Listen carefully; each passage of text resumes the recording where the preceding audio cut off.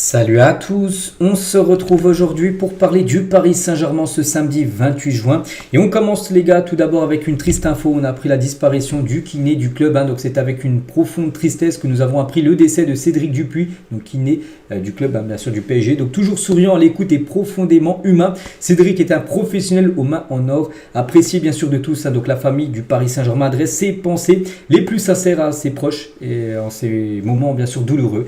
Donc voilà, on pense fort à lui, on pense fort bien sûr à sa famille. On continue les gars, on va parler cette fois-ci de la Coupe du Monde des clubs. Donc voilà, ça commence ce soir, les premiers huitièmes de finale. Donc sortir Botafogo, tiens, ça aurait pu être le PSG qui aurait pu jouer ce soir si Paris n'aurait pas fini premier du groupe. Donc Paris aurait pu jouer, mais bon, ce sera Botafogo Palmeiras et le Benfica contre Chelsea. Et concernant Paris, ça sera demain bien sûr à 18h contre Miami. Et concernant l'entraînement du jour, pour préparer bien sûr cette rencontre, donc Dembélé s'entraîne avec le groupe, donc Kimpembe est le seul absent. Donc voilà, c'est le seul absent du jour. Mais sinon tout le monde est là. Donc ça c'est quand même une bonne nouvelle.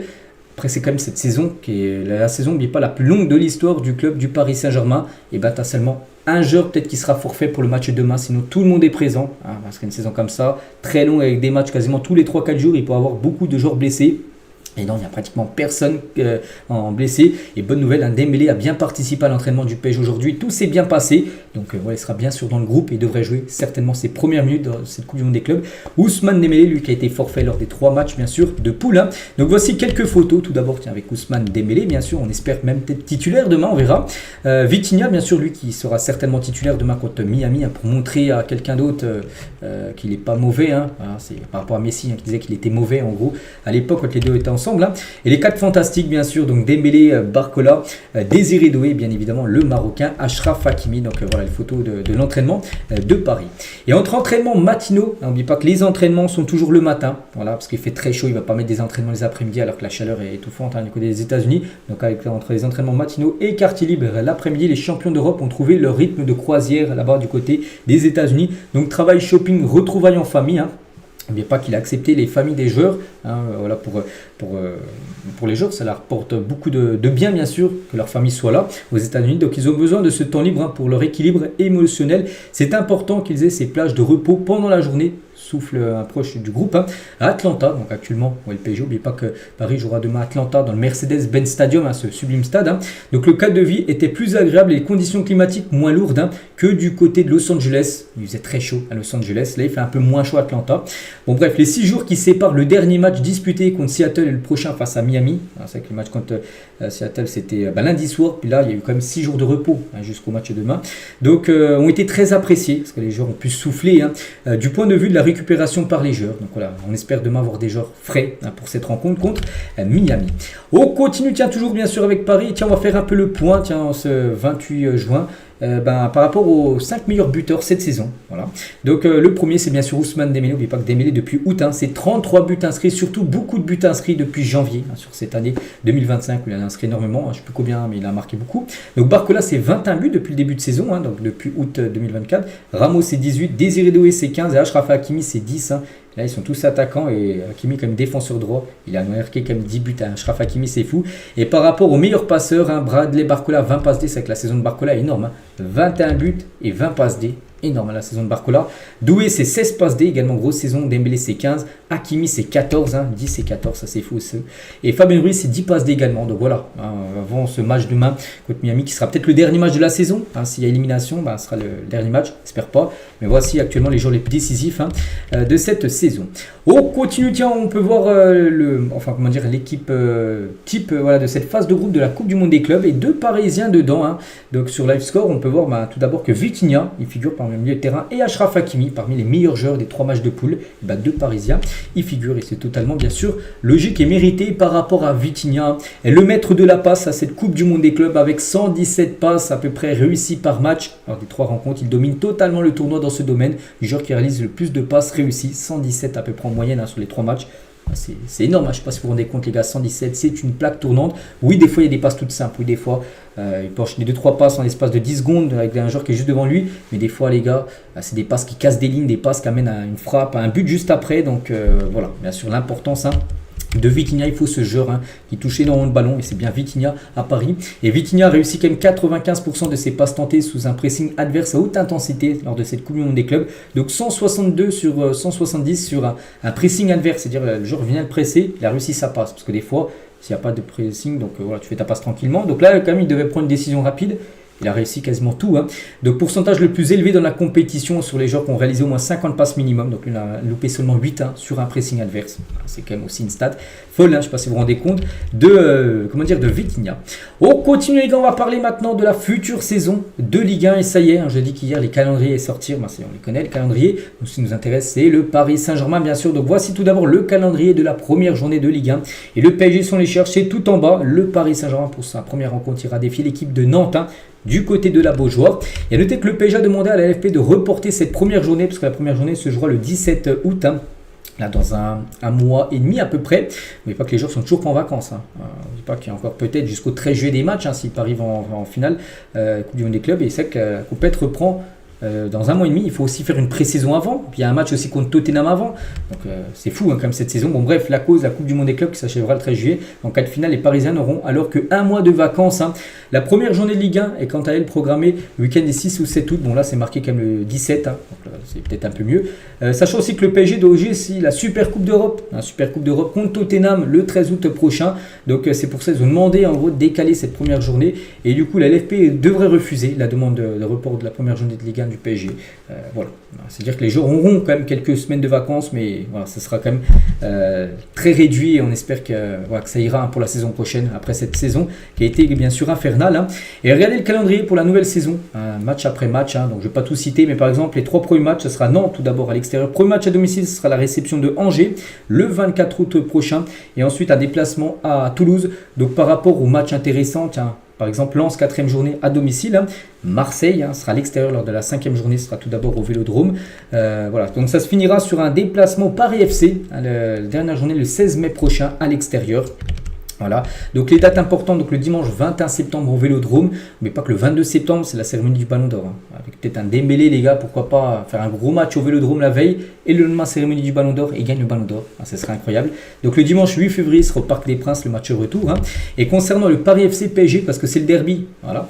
Donc le premier match, les 2 matchs auront lieu de toute façon lors de l'année 2026. Il n'y aura pas de match là sur, octobre, tout ça. Donc samedi 4 janvier, ça sera au Parc des Princes le match aller. Et le vendredi 16 mai, donc lors de la 34e et dernière journée, sera le déplacement au stade Jean-Bouin, le stade qui est juste à côté du Parc des Princes, à une cinquantaine de mètres. Donc, ce qui est peut-être bien, les gars, c'est que Paris, j'espère qu'ils gagneront de nouveau encore la Ligue 1, ce qui est fort probable, surtout vu comment joue l'équipe. Et le PSG n'aura qu'à traverser la rue pour célébrer le titre au Parc des Princes. Peut-être qu'il y aura un événement, on ne sait pas, lors de la dernière journée, fin de saison, si bien sûr le titre est acquis.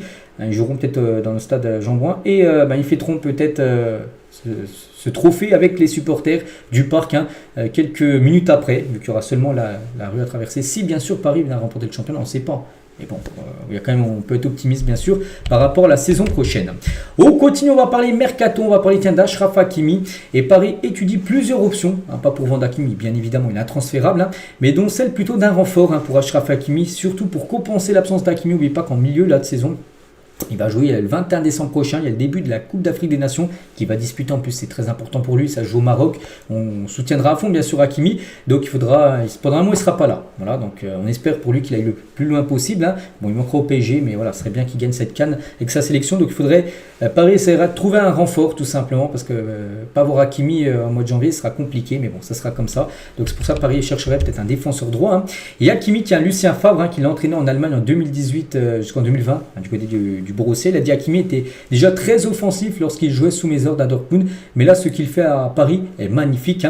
Il apporte le surnombre, il est de temps en temps à l'intérieur, de temps en temps entre les deux, c'est difficile de l'arrêter. Je vois aussi qu'il est devenu un vrai leader du vestiaire en gros. Désormais il sera toujours catalogué comme un joueur d'attaque. Quand il doit rentrer dans le terrain, il ne se fait plus surprendre dans son dos, il fait tout beaucoup mieux qu'avant. Il sait être dans les 16 mètres en occupant la bonne zone. Il est là au bon endroit, par exemple en finale de Ligue des Champions. Le premier but marqué, c'est lui qui a plus qu'à la pousser au fond des filets, mais qu'est-ce qu'il fait là?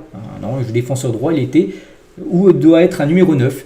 Et voilà, donc il se place bien et ça fait la différence, et qu'on a pu voir des buts et des passes D exceptionnels bien sûr pour Achraf Hakimi. On continue, tiens, on va parler de Zarbani, un joueur qu'on parle beaucoup aussi. Donc il aurait déjà dit oui au PSG, donc les négociations actuellement avec Bournemouth, donc pour finaliser le transfert estimé à 70 millions d'euros. Donc Liverpool est également sur le coup mais n'a jamais été plus loin, donc pour l'instant sur Paris bien sûr qui est en avance sur le dossier. Donc je pense que si ça venait à se faire, de toute façon ça se fera après la Coupe du Monde des clubs. Pour l'instant l'équipe, je pense, est focus 100% sur cette compète, et après quand ça sera fini, ce sera en plein mois de juillet, voilà, je pense que Paris vraiment s'activera sur le mercato et essaiera de faire venir bien sûr ce défenseur.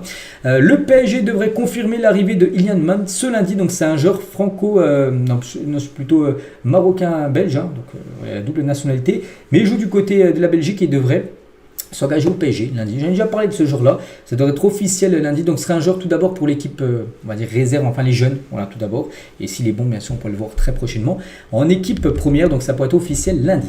Le PSG cible Diogo Leite, un joueur portugais. On sait que la connexion Paris-Portugal marche très bien, il y a déjà 4 portugais, il y en avait plein dans le passé, les Pauletta, les Danilo, tout ça. Je ne vais pas tous les citer, donc à nouveau pourrait débarquer. Donc concernant ce joueur que je connais très peu, j'ai déjà entendu parler de lui, mais vous savez que je regarde très rarement Union Berlin, où il joue. Donc l'Union Berlin fixe le prix du Portugais à 13 millions d'euros. Donc Paris n'est pas le seul prétendant pour le défenseur de 26 ans, qui peut peut-être être le plan B en gros de Zabarni. Donc le Bayer Leverkusen ainsi que des clubs de Première Ligue et de Serie A surveillent également le défenseur Diogo Leite. Donc voilà, concernant bien sûr ce joueur. On continue avec Marco Asensio, joueur du PSG qui a été prêté là de janvier jusqu'au 30 juin, donc jusqu'à la fin de saison à Aston Villa. Donc il a été proposé au Fenerbahçe pour la nouvelle saison. Maintenant on attend de voir si le club turc est intéressé, parce que Luis Enrique ne veut pas du retour bien sûr de Marco Asensio au sein du club. Concernant Renato Sanchez, le Benfica ne compte pas conserver Renato qui était prêté bien sûr. Il fera normalement son retour au PSG dans les prochains jours pour la saison prochaine. Donc le Beşiktaş a pris des renseignements pour un éventuel prêt. N'oubliez pas qu'il lui reste encore 2 ans de contrat. Il a un contrat jusqu'en 2027 Renato. Donc voilà, normalement il devrait revenir. On ne pense pas que il rentrera dans les plans de Luis Enrique pour la saison prochaine. Donc du coup, il faudra retrouver encore un club intéressé. Donc il y a le Benfica, on pensait qu'ils allaient peut-être lever l'option d'achat, mais du coup, avec toutes les blessures, il a encore été blessé là récemment. Benfica, en gros, pas très chaud pour acheter le joueur que Paris a mis une option d'achat à 10 millions d'euros. Rafinha, tiens, bon, c'est un joueur du Barça, mais il parle un peu des deux joueurs du PSG. Donc Rafinha sur le manque de repos de ses compatriotes Marquinhos et Beraldo. Il a dit, moi je suis en vacances et il devrait l'être aussi. Ils ont gagné la Ligue des Champions et ont eu à peine eu le temps de célébrer leur titre. Ils sont venus jouer en équipe nationale, ils sont partis dans la foulée pour disputer ce mondial des clubs. Ils n'ont pas arrêté. C'est vrai qu'on peut comprendre bien sûr Rafinha. Bon, lui il ne joue pas la compète vu que le Barça n'a pas été qualifié, mais il dit en gros que Marquinhos et Beraldo, ils enchaînent. Ligue des Champions. Ensuite, ça a été bien sûr 2 matchs avec le Brésil.